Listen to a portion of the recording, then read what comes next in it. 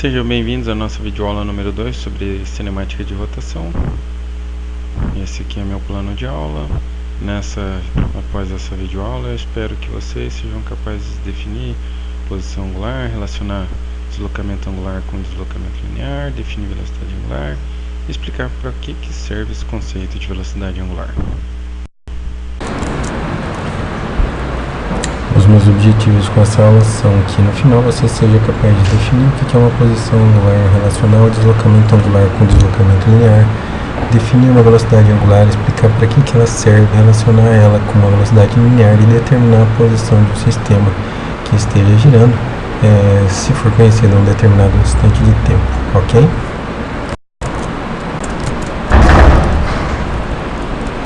Então vejamos aí uma introdução a esse assunto.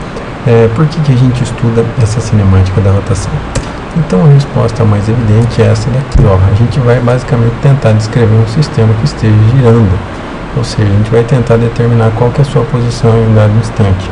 Essa é uma informação crítica, por exemplo, para os engenheiros de computação, de telecomunicações, que tem que se preocupar com os sistemas de transmissão de dados via satélite. Então tá aí, essa é uma aplicação desse fenômeno. Uma outra seria também, por exemplo, a gravação de dados em um HD. Esse processo depende basicamente da gente dominar essa dinâmica da rotação, então conhecer muito bem como é que vai ser o giro desse sistema. Então é isso que a gente estuda, a cinemática da rotação. A gente precisa aprender a descrever esses sistemas para trabalhar com eles, operar sobre eles com tranquilidade, com eficiência. Mas aqui em especial, no nosso curso, nós vamos daqui a pouco aprender o conceito de torque ou momento de força, e para isso nós vamos precisar conhecer o conceito de aceleração angular. Ora, essa aceleração angular é um conceito que ela também depende de velocidade angular, que depende de posição angular, ou seja, a gente vai precisar conhecer esses conceitos que derivam aí da cinemática de rotação para poder estudar o conceito de torque ou momento de força, beleza? Então, com relação à introdução, eu acredito que seja o suficiente para falar por agora. Pessoal, a gente pode estabelecer uma relação entre posição angular e o deslocamento linear de alguma peça, de algum sistema que esteja em rotação, pela definição do ângulo em radianos. Então, como nós já vimos nas nossas aulas anteriores, um ângulo pode ser determinado em radianos dividindo-se o comprimento do arco da circunferência circunscrita esse ângulo pelo raio dessa circunferência. Então, a gente consegue determinar qual que é o deslocamento a partir do ângulo simplesmente multiplicando isso aqui cruzado. Então, se a gente multiplicar θ por r e S por 1, nós vamos concluir que essa distância percorrida é simplesmente o produto do ângulo em radianos pelo raio, ok? Ok, pessoal, então por que a gente estuda esse conceito de posição angular? Bom, em rotações, uma posição é melhor determinada por ângulos, como vocês podem ver nesse vídeo disponível aí. Eu gravei então essa sessão que eu fiz no GeoGebra nesse arquivo que vocês podem acessar aí, mas eu vou mostrar agora no GeoGebra. Então vamos lá. Então vamos considerar um sistema que está girando. Então vejam que a posição dele, em qualquer que seja o instante, é melhor descrita se a gente considerar qual que é o ângulo que ele vai formar em relação ao sistema de referências escolhidos. Então, por exemplo, aqui no instante 3.3, a posição desse ponto A vai ser de uns 198 graus em relação à origem, E se eu deixar o tempo rolar mais um pouquinho, então no instante 4.38 essa posição já vai ser de 262,8 graus e assim sucessivamente. Então, em sistemas que giram, é melhor a gente descrever a posição utilizando ângulos. Ela é a referência natural a se utilizar para isso, Então vamos ver um exemplo aí. Digamos que a gente esteja imaginando a pá de uma hélice de um ventilador de teto, que é essa que a gente tem em sala. Digamos que ela já tenha completado uma rotação de 7 π sobre 2 radianos. Se o comprimento dessa pá for de 30 centímetros, será que dá para saber qual é o deslocamento linear da extremidade da pá nesse intervalo de tempo? A resposta é que a gente consegue, basta considerar a definição de radianos. Então, se essa inclinação, se esse ângulo percorrido aí, se essa posição angular for de 7 π sobre 2 radianos, Então o comprimento vai ser simplesmente obtido multiplicando-se esse ângulo pelo raio. Então vai ser produto de 7π sobre 2 por 30 centímetros. Aqui a gente pode cancelar o 30 por 2 vai dar 15, e o resultado então seria um deslocamento aí de 330 centímetros. Então é assim que a gente poderia relacionar essas duas quantidades, o deslocamento linear com o deslocamento angular. Vejamos mais um exemplo para relacionar a posição angular e o deslocamento linear, considerando o caso em que um pneu de aro 14, né, dizer que um pneu tem essa medida significa dizer que ele tem então um raio de 14 polegadas ou aproximadamente 35 centímetros. Bom, mas digamos que ele já tenha completado aí uma rotação de 450 graus. Será que a gente poderia determinar qual foi o deslocamento desse período? Eu quero mostrar para vocês que sim, e deixei uma animação para auxiliar a gente nesse raciocínio nesse link aqui. Pessoal, o objetivo então dessa animação é mostrar que essa distância, que vai ser a distância percorrida pelo veículo, vai ser igual à distância desse arco aqui, que a gente pode determinar utilizando aí a definição de radianos. E como é que eu vou mostrar? Eu vou invocar uma analogia aí que acho que vai ser muito útil, vai servir para esses propósitos. Vamos imaginar então que no lugar desse pneu a gente teria aqui um carretel de linha e essa linha seria presa à origem de alguma maneira. Ora, se assim for, e se esse carretel for posto a girar, vocês podem perceber que a mesma quantidade de linha que sumir do carretel vai ficar no chão. Ora, mas isso só pode ser possível se esse comprimento aqui for igual ao comprimento da linha que sumiu. E é exatamente o comprimento do arco que pode ser determinado pela definição de radianos. Então eu espero que com isso eu tenha esclarecido para vocês que a gente consegue determinar essa distância utilizando esse comprimento. Então vamos resolver aí essa questão, né, esse exemplo, já que a gente já viu aí que dá para determinar essa distância percorrida pelo comprimento do arco. Então vamos lá. O primeiro cuidado que a gente tem que tomar é que não dá para usar os 450 graus aí para determinar essa distância, porque a definição de ângulos em graus ela não envolve comprimento, então a gente tem que converter essa unidade de medida aí para radianos.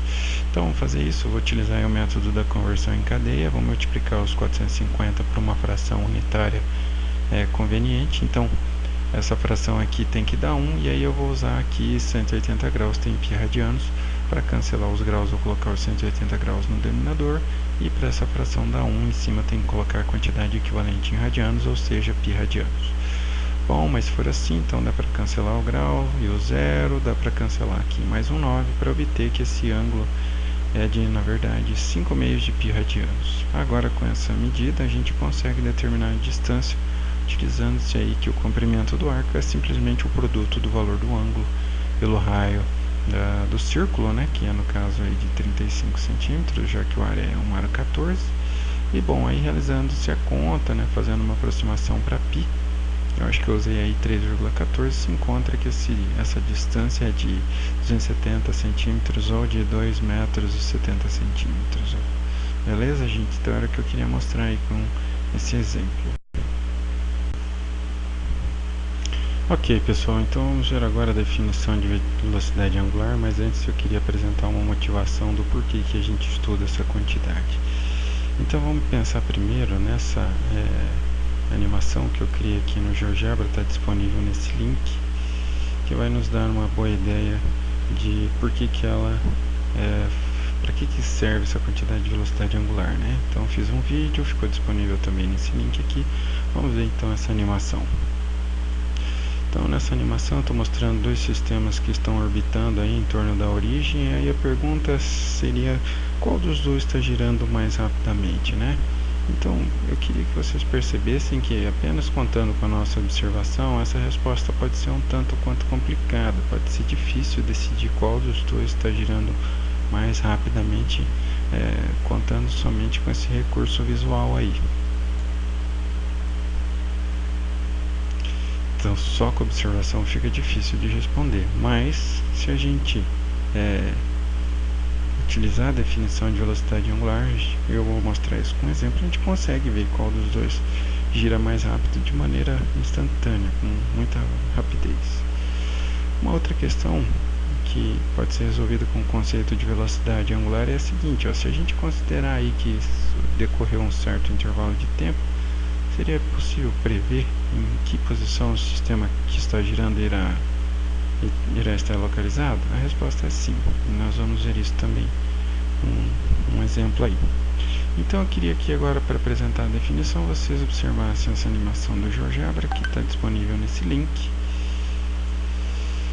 E aí vejamos o que é que eu resolvi criar para vocês. Então, se a gente quisesse determinar com que velocidade esse sisteminha aqui está girando, o que nós precisaríamos fazer? Nós precisaríamos saber em quanto tempo essa rotação aqui foi realizada. Então, no caso aqui, ele girou a partir dessa posição um ângulo de 120 graus.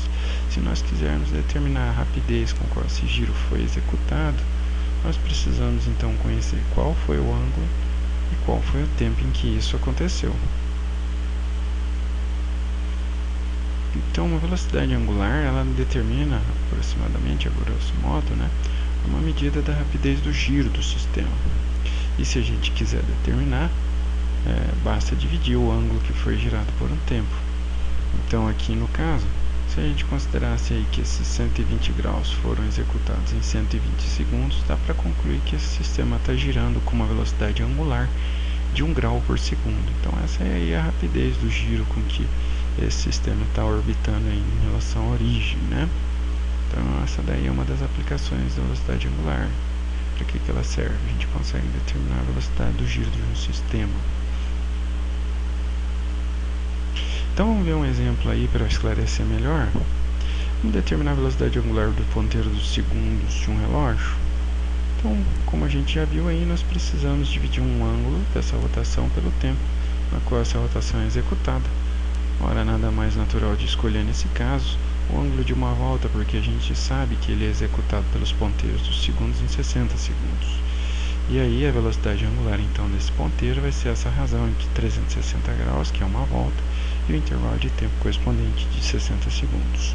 Ora, essa divisão é fácil, o resultado dela é de 6 graus por segundo, então essa seria a velocidade angular do ponteiro dos segundos.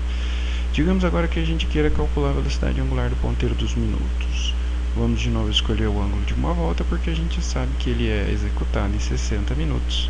Bom, mas se for assim, então a velocidade angular desse ponteiro é essa razão aí. E aí, se nós executarmos a divisão, o resultado vai ser de 6 graus por minuto. Então agora eu queria destacar uma das utilidades da velocidade angular, pessoal. Percebam que, como nós já havíamos calculado, a velocidade angular dos ponteiros dos segundos é de 6 graus por segundo e dos minutos é de 6 graus por minuto. Veja o que dá para comparar agora esses dois giros. Como o ponteiro dos segundos executa 6 graus em 1 segundo e o dos minutos executa isso em 1 minuto, dá para concluir disso que esse ponteiro gira mais rapidamente. Então essa é uma das aplicações da velocidade angular. Ela nos permite comparar esses giros e determinar qual deles é mais intenso, qual deles é mais rápido. Perceba aqui que essa comparação só foi possível porque o numerador é igual, 6 graus. A gente só pode comparar duas quantidades quando elas têm uma relação desse tipo, quando elas têm pelo menos uma quantidade igual aí na taxa,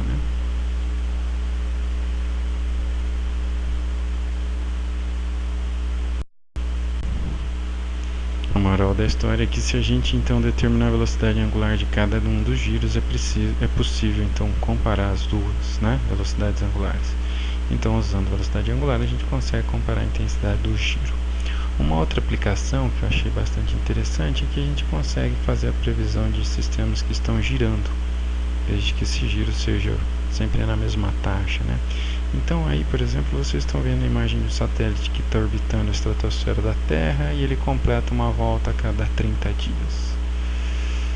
Então, essa é a ilustração desse satélite. E aí a pergunta que a gente vai responder agora é: se ele estiver exatamente aqui nessa posição, em quanto tempo ele vai levar para atingir essa posição marcada aqui pelo ponto D, que está a 60 graus no sentido anti-horário?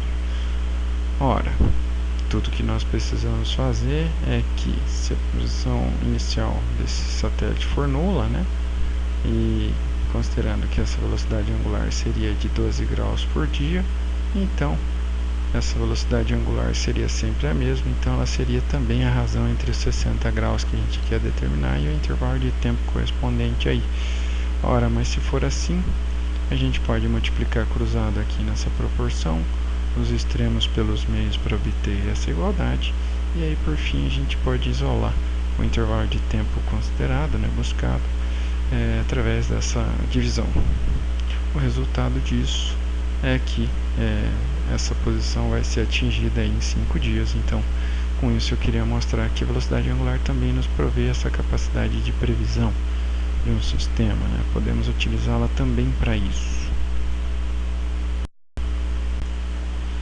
Então é isso aí que eu tinha para essa aula. Na próxima aula nós vamos explorar alguns conceitos derivados desse, estabelecer aí uma relação entre velocidade angular e velocidade linear e falar um pouquinho sobre aceleração e força centrípeta, beleza? Então por hora é isso, obrigado e até a nossa próxima videoaula.